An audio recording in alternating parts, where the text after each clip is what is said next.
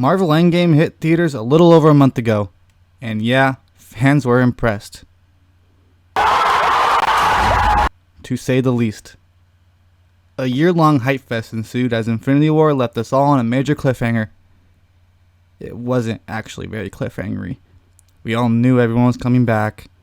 I mean, they released a Spider-Man trailer before Endgame even came out, for God's sakes. But more important than that was the implied promise to deliver shocking and worthy conclusions to most of our favorite Avengers.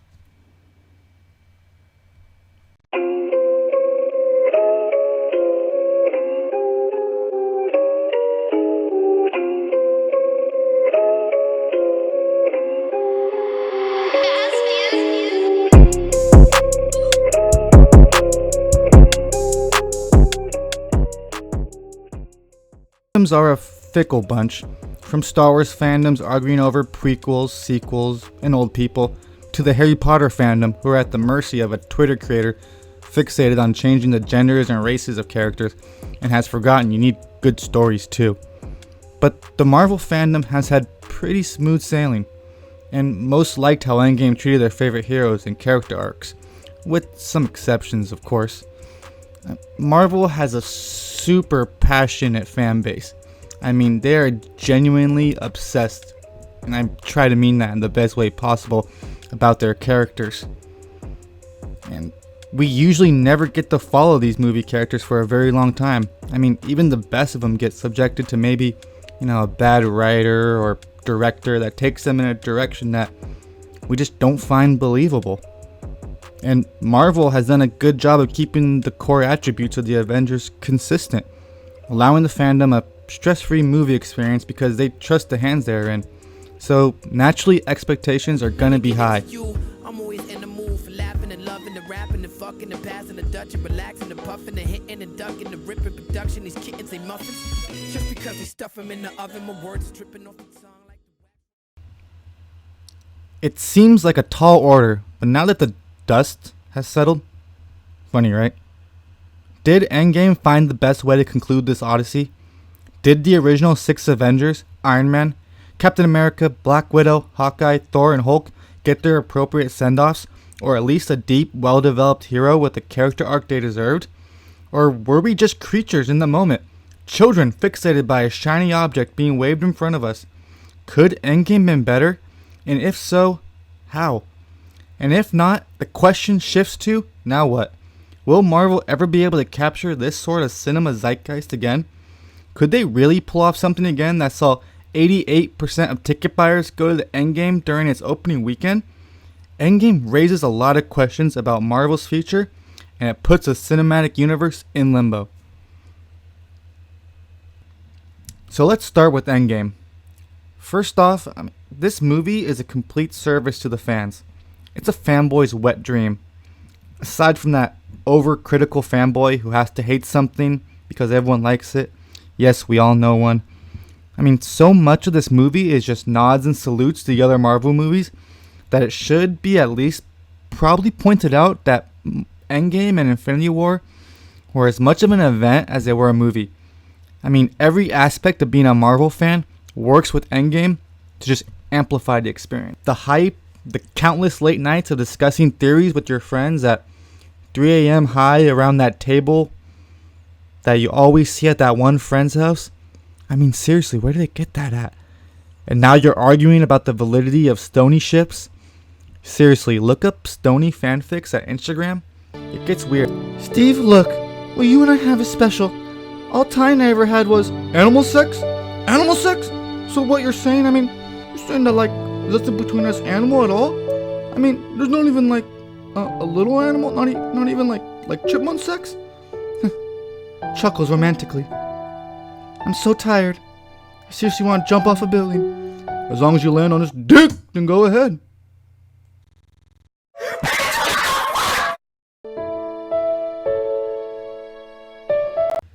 And all that hype and build-up just directly benefits the opening night. I mean, opening night for movies like this are usually a ton of fun. The rowdy fan cheering and clapping on, giving it a Rocky Horror Picture Show vibe, to me only elevates the experience of this movie. I saw Endgame opening night at midnight, and I love the fan involvement. And I see a lot of people complaining about it, but if you're going to a midnight showing of a movie of this caliber, this should be what you want. It wasn't like it was in a disrespectful way or anything. It was from fans who shared great passion for these movies and were sharing this moment together. I mean, the collective energy that occupies that theater was something I have rarely seen. Maybe a Star Wars movie, but never at that caliber. It just shows the magnitude and power of these movies. If you don't like that, then just go see an afternoon viewing on Sunday. It's not the end of the world. So it's not really fair to judge Endgame as a standalone movie because it's really not. It's a culmination of all the movies of the first three phases and a celebration of them, which is why the time travel idea for me just works. It allowed us to go back to iconic moments and see a different perspective of them, or just see how much the characters have changed since those moments. And yes, there were plot holes and inconsistent moments from those time jumps. I mean, and other parts of the movie while we're here. Like, how if the time jump took you to a different timeline? That was not technically your past. How could Steve just show up to the same spot after returning the time stones? And if past Gamora is now in the reality, doesn't that mean the Guardians never formed? And come to think of it, if Gamora came back, that means Black Widow in theory could return. Steve could probably easily make that happen.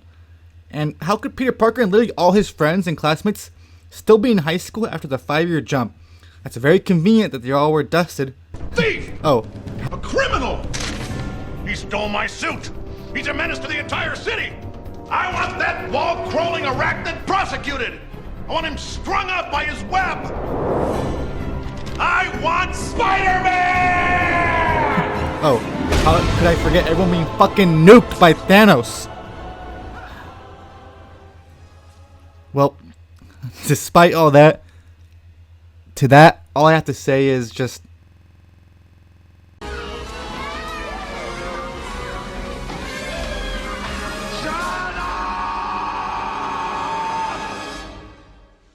Shut up!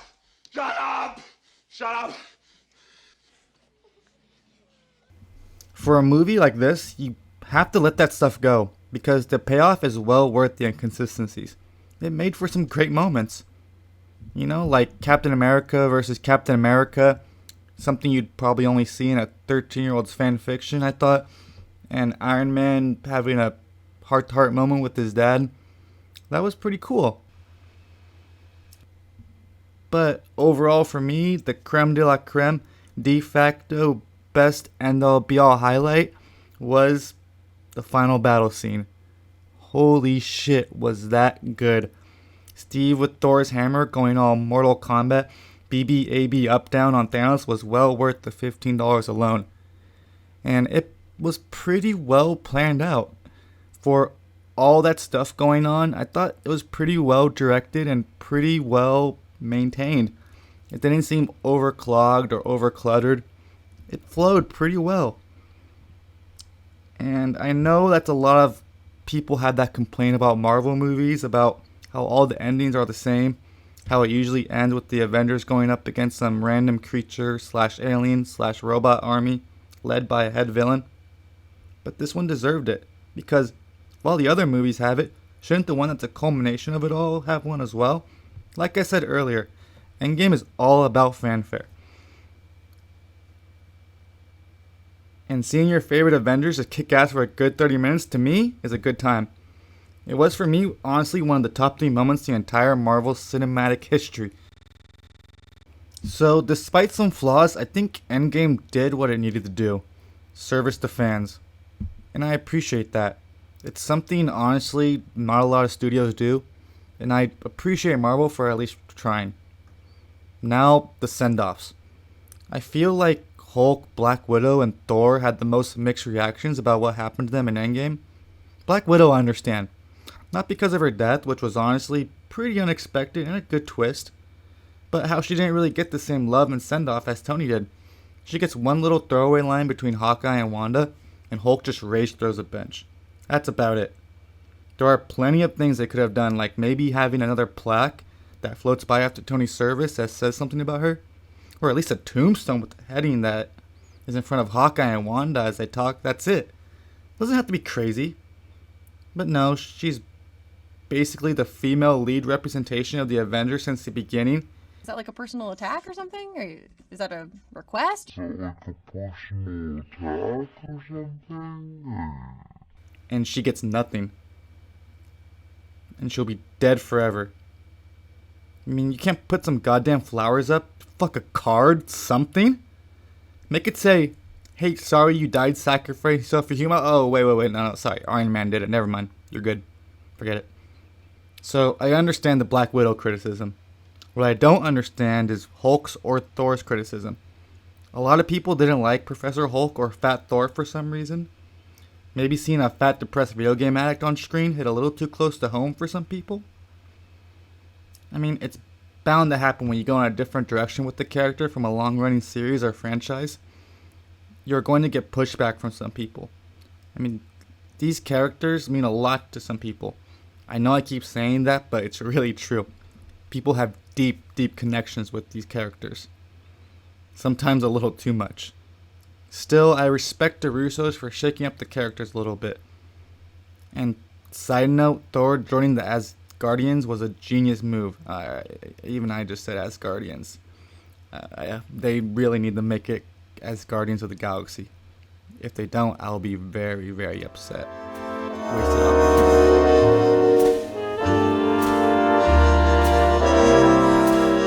Could you pay me in advance?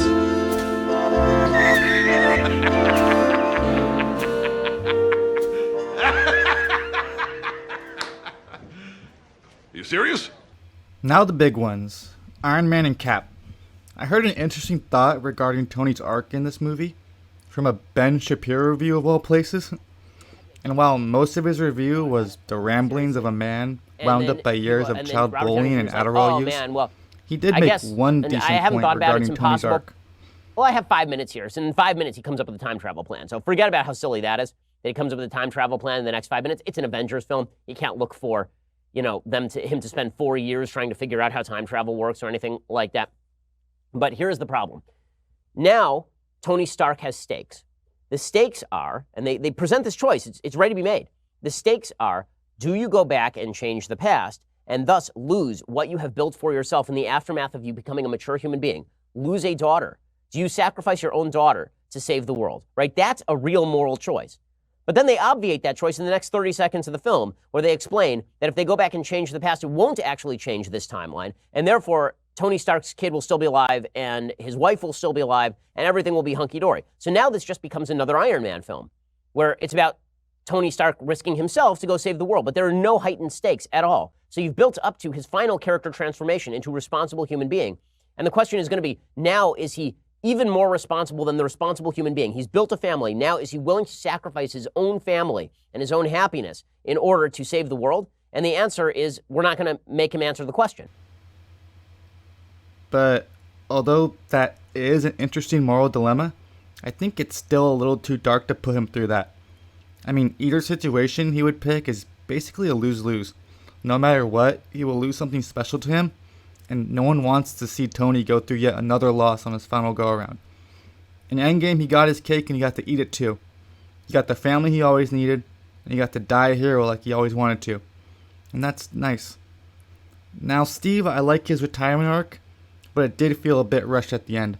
But I like the concept. And Cap was one of the best used and was fantastic in Endgame. It really made up for his lack of screen time in Infinity War. Captain America was probably the most fleshed out character in all of Endgame, and I think the Russo brothers made a big effort in that, giving him extra screen time and assemble. Extra time with Natasha and other stuff like that. And I also like Falcon as the new Captain America. The fact that he doesn't have superpowers like Steve does, I think, will be a cool arc for Falcon to deal with as he starts as Captain America. And honestly, I always thought Bucky was a boring character. Maybe it's how the actor plays him or the writing, directing they give him, but he seems so plain-faced, like, blah, can you emote a little bit? Give us something, man. Anthony Mackie, I feel, is just a better fit for the role. And once they allow him more to improvise, like they let Robert Downey Jr. do, he's going to kill it. So, yeah, overall, in conclusion, Endgame did a lot of things right and was a solid movie. But really, it was more of a phenomenal MCU event. And aside from a few quipes, I thought they handled the original Avengers and Endgame pretty well. Now, here's the troubling part where you all hate me. I'm sorry, but if I'm being honest and objective, Marvel will most likely never achieve these heights again, and we'll probably see a steady decline from here. Alright, calm down. Let me explain. What made this whole Infinity Saga so good was how new and fresh it was. A feat like this has never really been done in cinematic history. To basically string together 22 movies in 10 years and have them play off each other and cross over each other, ending with a 2-part movie event and have very really few hiccups along the way is an amazing accomplishment. But what brought the fan frenzy was the originality of it all. We all felt like the voyagers to a new land, like we're experiencing the first of something like this. And we were. But now it's just going to be chasing that feeling, like a junkie chasing after a high. Will Marvel have good movies after this? Yeah, of course. In fact, the new Spider-Man looks pretty solid.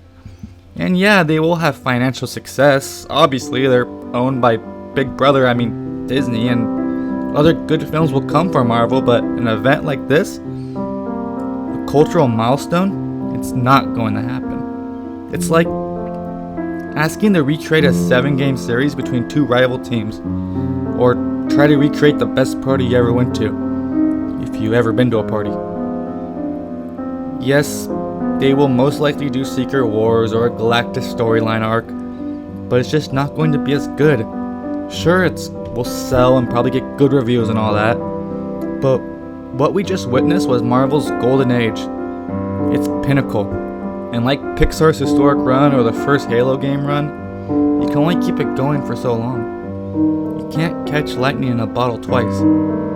So I say, let's revel in the fact that we got to witness such an historic event in the first place, and get to yell at young kids when we're older and kick them to the side about how they don't know good movies while they light firecrackers in our mailbox and refuse to pay our Social Security. And we can be happy with the fact that we got to witness something that they never will, and we will never share with them, because isn't that what life is all about? Like Steve said, no, I think I'll keep that one to myself.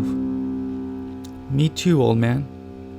Me too. I got the heart of a lion. I got the soul of a singer. Please stay the fuck out my way while I be ripping this bang. Hey guys, if you actually stayed around and watched the whole video, I really appreciate you. Special shout out to the good homie Billy Boombat. I'll put the link down below for a song. Yeah, that was it, guys. That was my first video. I really appreciate you. Hit subscribe if you want. If not, then fuck you. But yeah, man, I really appreciate it if you subscribe. Gonna be doing a lot more videos. So till next time, see you later, degenerates.